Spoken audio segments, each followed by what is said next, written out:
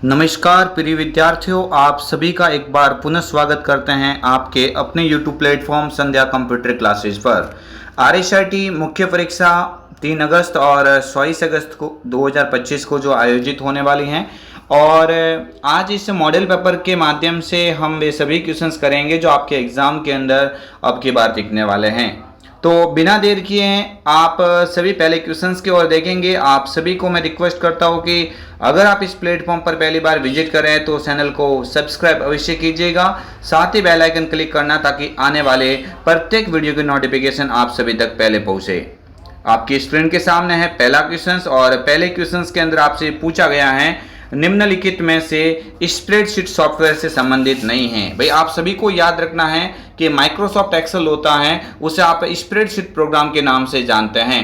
तो इसमें से कौन सा एक ऑप्शन है जो उससे संबंधित नहीं होता है, यानी एक्सेल से संबंधित नहीं है। सीधी सी बात करते हैं तो आप सभी को ध्यान रखना है कि वर्कशीट होता है, सेल होता है और फॉर्मूलाज होता है। ये वायरस डिटेक्शन यानी ये कोई एंटीवायरस के अंदर नहीं आता है। इसका मतलब ऑप्शन डी यहाँ से इस क्वेश्चन का करेक्ट आंसर हो जाएगा। नेक्स्ट आगे वाले क्वेश्चंस की बात करते हैं। स्प्रेडशीट में डेटा कैसे ऑर्गेनाइज होता है। भाई जो स्प्रेडशीट के अंदर जो डेटा होता है वो किस तरीके से इसमें ऑर्गेनाइज होता है, किस तरीके से इसमें स्टोर रहता है। तो आप कह सकते हैं lines and spaces, layers and planes, height and weights, या फिर रो एंड कॉलम्स। तो इजी सा क्वेश्चन से सभी को मेरे हिसाब से क्वेश्चन आ रहा होगा। इस क्वेश्चन का जो करेक्ट आंसर हो जाएगा, ऐसे क्वेश्चंस का जो करेक्ट आंसर हो जाएगा वो ऑप्शन नंबर डी के ऊपर जो लिखा हुआ है रो एंड कॉलम, यहां से बिल्कुल करेक्ट माना जाएगा। नेक्स्ट आगे वाला क्वेश्चन से आपकी स्क्रीन के समक्ष है। निम्न में से कौन से फंक्शंस के द्वारा करंट डेट इंसर्ट कराई जा सकती हैं। भाई आप इनमें से कौन से ऑप्शंस का उपयोग करके आज की दिनांक को इंसर्ट कर सकते हैं। तो करंट डेट पूछा है भाई, करंट टाइम नहीं पूछा, करंट डेट पूछा है। तो करंट डेट का होता है टुडे होता है। कौन सा होता है? टुडे। ऑप्शन नंबर बी पे लिखा हुआ है इस क्वेश्चन का करेक्ट आंसर। आगे वाले क्वेश्चंस की बात करते हैं। एमएस एक्सेल में इफ एरर क्या है। भाई एमएस एक्सेल में इफ एरर का यहाँ पे क्वेश्चंस कई बार पूछा गया है। इफ एरर भाई क्या होता है, तो आप सभी को ध्यान रखना है। इफ एरर एक लॉजिकल फंक्शन होता है। इफ एरर क्या होता है? एक लॉजिकल फंक्शन होता है। ऑप्शन बी यहाँ से करेक्ट माना जाएगा। अगेन से आगे वाले क्वेश्चंस की ओर देखते हैं। विशिष्ट स्तंभों को चिह्नित करने की प्रक्रिया ताकि वे पंक्तियां व स्तंभ को दृश्य पटल पर जा सके। खाली जगह आप यहाँ पे किसका ऑप्शन सुनेंगे? तो आप सभी को ध्यान रखना है, इस क्वेश्चन का राइट आंसर हो जाएगा फ्रीजिंग। यानी आप कह सकते हैं एक ऑप्शन होता है फ्रीज पेन कमांड। क्या होता है भाई? एक ऑप्शन होता है फ्रीज पेन कमांड के द्वारा आप ये कार्य कर सकते हैं, फ्रीजिंग कर सकते हैं। आगे वाले क्वेश्चंस की बात करते हैं। वी लुकअप फंक्शंस निम्न में से क्या कार्य करता है। भाई वी लुकअप फंक्शंस है, उसका कार्य क्या होता है? तो आप सभी को याद रखना है वी लुकअप फंक्शंस का कार्य ऐसे टेक्स्ट का पता लगाता है जिसमें वी हो, नहीं ये नहीं होगा। इस बात का पता लगाता है कि एक सेल में वही टेक्स्ट है जो किसी दूसरे सेल में नहीं, इसमें नहीं है। तो वी लुकअप का मतलब होता है कि वो संबंधित जो रिकॉर्ड होता है उसका पता लगाता है। ऑप्शन सी के ऊपर लिखा हुआ है, इसका ये बिल्कुल करेक्ट आंसर हो जाएगा। आगे वाले क्वेश्चंस की बात करते हैं। एक स्लाइड शो में स्लाइड चेंज होने पर डिस्प्ले के लिए अप्लाइड इफेक्ट है। भाई जैसे एक स्लाइड चेंज होगी दूसरे स्लाइड पे जाएंगे तो ये इफेक्ट कौन सा कहलाएगा? तो आप कह सकते हैं इसको आप स्लाइड ट्रांजिशन बोलेंगे। क्या बोलेंगे? Slide transition. ऑप्शन बी वाला यहाँ से करेक्ट माना जाएगा। नेक्स्ट आगे वाला क्वेश्चन है। प्रेजेंटेशन में विद्यमान सभी स्लाइडों का एक जैसा प्रदर्शन चाहने के लिए आप निम्न में से क्या उपयोग करेंगे। तो भाई आप सभी को ध्यान रखना है कि प्रेजेंटेशन में विद्यमान आप सभी स्लाइडों पर एक जैसा बैकग्राउंड चाहते हैं, तो आप इनमें से कौन सा उपयोग करेंगे? भाई इनमें से करेंगे प्रेजेंटेशन डिजाइन टेम्पलेट का उपयोग करेंगे। भाई प्रेजेंटेशन डिजाइन टेम्पलेट ऑप्शन जो डी के ऊपर लिखा हुआ है ये इस क्वेश्चन का बिल्कुल करेक्ट आंसर हो जाएगा।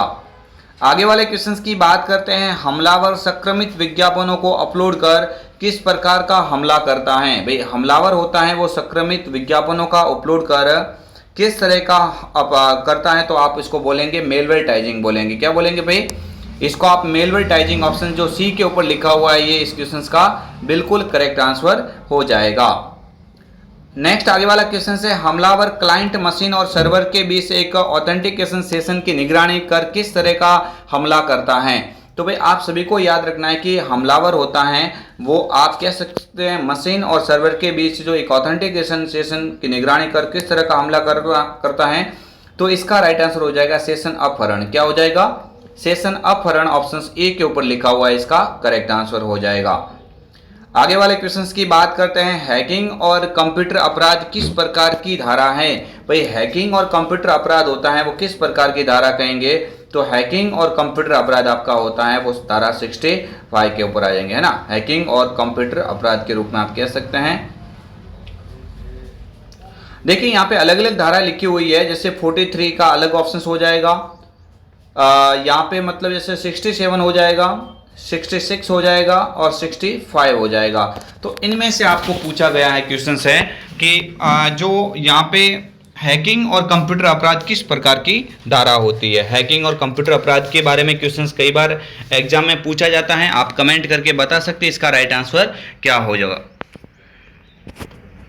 करेक्ट बिल्कुल आंसर कौन सा होगा, क्योंकि 65 और 66 में थोड़ा कंफ्यूजन होता है स्टूडेंट, लेकिन आपको प्रॉपर यहाँ पे देखना है कि सही वे से देखें तो यहाँ पे करेक्ट आंसर कौन सा हो जाएगा, धारा 66 हो जाएगा। ऑप्शन जो बी के ऊपर लिखा हुआ है इस क्वेश्चन का राइट आंसर हो जाएगा। नेक्स्ट भारतीय कॉपीराइट अधिनियम। भाई आप सभी के एग्जाम में क्वेश्चंस कई बार पूछा गया कॉपीराइट अधिनियम कौन सा है, तो आप यहाँ पे कौन सा करेक्ट हो जाएगा आपका एक्ट 1957 हो जाएगा। भाई एक्ट 1957 कॉपीराइट अधिनियम ऑप्शन डी के ऊपर लिखा हुआ है, करेक्ट आंसर माना जाएगा। भारतीय आईटी अधिनियम 2000 नियम किस क्षेत्र को नियंत्रण करता है? तो भाई आपको सभी को याद रखना है ये सूचना प्रौद्योगिकी अधिनियम होता है, यानी आप कह सकते हैं आईटी एक्ट होता है। कौन सा? IT act. आईटी एक्ट कौन सा होता है आपका? 2000 होता है। आईटी एक्ट 2000 यहां से करेक्ट हो जाएगा। नेक्स्ट आगे वाले क्वेश्चंस के अंदर देख सकते हैं विंडोज 10 में किसमें से फंक्शंस के द्वारा सीडी डीवीडी को एक तीसरे सॉफ्टवेयर के बिना बर्निंग कर सकते हैं? तो यहाँ पे आप राइट आंसर क्या हो जाएगा, डिस्क बर्निंग फंक्शंस, यानी डिस्क बर्निंग फंक्शंस के द्वारा आप सीडी और डीवीडी को बर्न कर सकते हैं।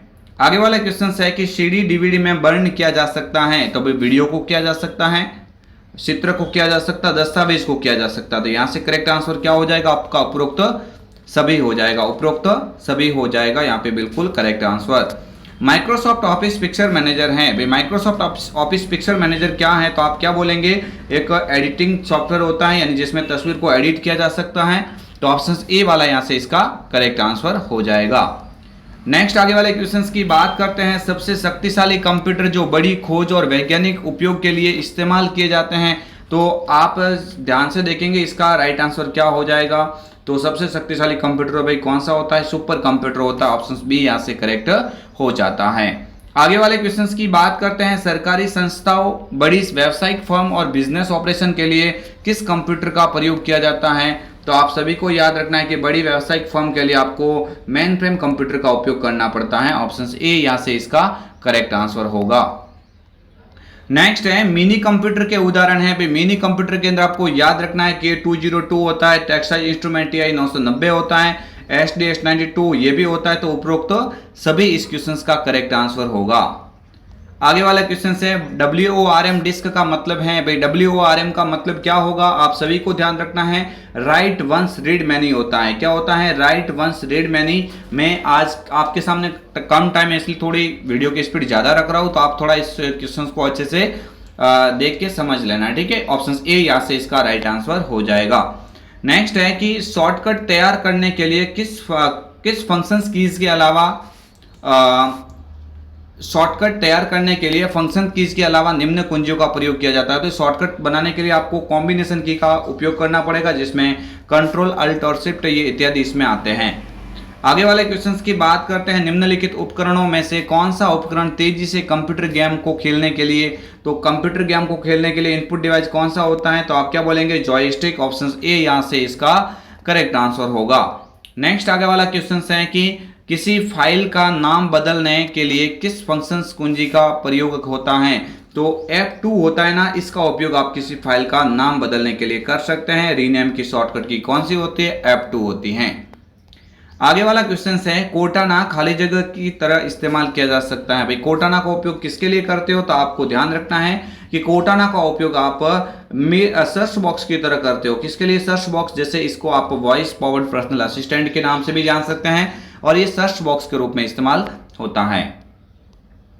नेक्स्ट है, इनमें से कौन सा एक प्रोटोकॉल्स है, भाई कौन सा एक प्रकार का प्रोटोकॉल्स है, तो आपको ध्यान रखना है टीसीपी आईपी जो लिखा हुआ है ये किसका उदाहरण है, प्रोटोकॉल का उदाहरण है। किसका उदाहरण है भाई, ये प्रोटोकॉल का उदाहरण है। आगे वाला क्वेश्चन है, इंटरनेट खाली जगह के नाम से भी प्रसिद्ध है, तो इजी सा क्वेश्चन है। इस इंटरनेट को सूचना का सुपर हाईवे भी कह सकते हैं, ज्यादा इसमें कोई टाइम की वाली बात नहीं है। ऑप्शन डी यहाँ से करेक्ट आंसर होगा।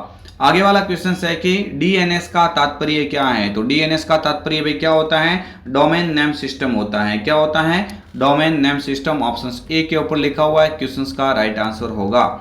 आगे वाला क्वेश्चन है, इंटरनेट पर भेजी गई सूचना को किस प्रकार के टुकड़ों में विभाजित किया जा सकता है, तो छोटे छोटे जो पैकेट्स होते हैं ना उस टाइप में हम देखेंगे। ऑप्शन डी के रूप में यहाँ से इस क्वेश्चन का करेक्ट आंसर मानना पड़ेगा। आगे वाला क्वेश्चन है कि वेबसाइट्स क्या है, तो website is a set of web page, यानी वेब पेज का क्या होता है, कलेक्शन होता है, वेब पेज का समूह होता है। ऑप्शन यहाँ से ए इस क्वेश्चन का राइट आंसर होगा।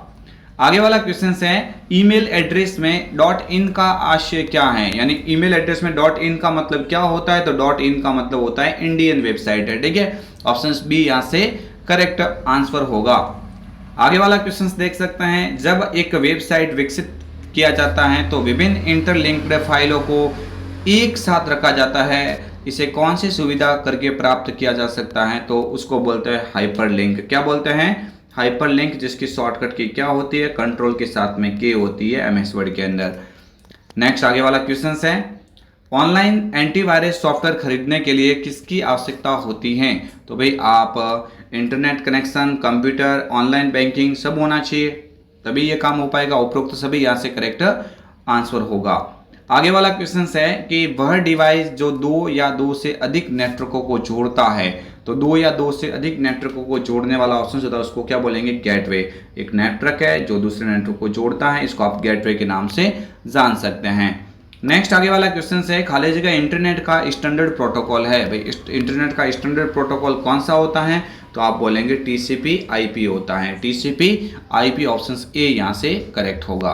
और सबसे लास्ट वाला क्वेश्चन है, मैंने जल्दी जल्दी ये क्वेश्चन करवाए क्योंकि आपके पास टाइम आज का ही है और मैं नहीं चाहता आपका ज़्यादा टाइम वेस्ट हो, तो जितने भी इंपॉर्टेंट क्वेश्चन थे मैंने सारे आपको ये बता दिए हैं और ये कल आपके एग्जाम के अंदर बिल्कुल आपको देखने को मिलेंगे। सीवीवी का आपको ध्यान रखना है। सीवीवी का पूरा यहाँ पे देखो 3 अक्षर में होता है, इसका पूरा नाम होता है कार्ड वेरिफिकेशन वैल्यू होता है। ऑप्शन सी यहाँ से इसका राइट आंसर हो जाएगा। तो ये आपके समक्ष थे महत्वपूर्ण 35 क्वेश्चंस। आई होप आप सभी को क्वेश्चंस पसंद आया होगा। अगर आपको पसंद आया तो लाइक, शेयर एंड सब्सक्राइब अवश्य कीजिए। मिलेंगे आपको एक और अन्य वीडियो के साथ में, तब तक के लिए जय हिंद, वंदे मातरम, जय भारत।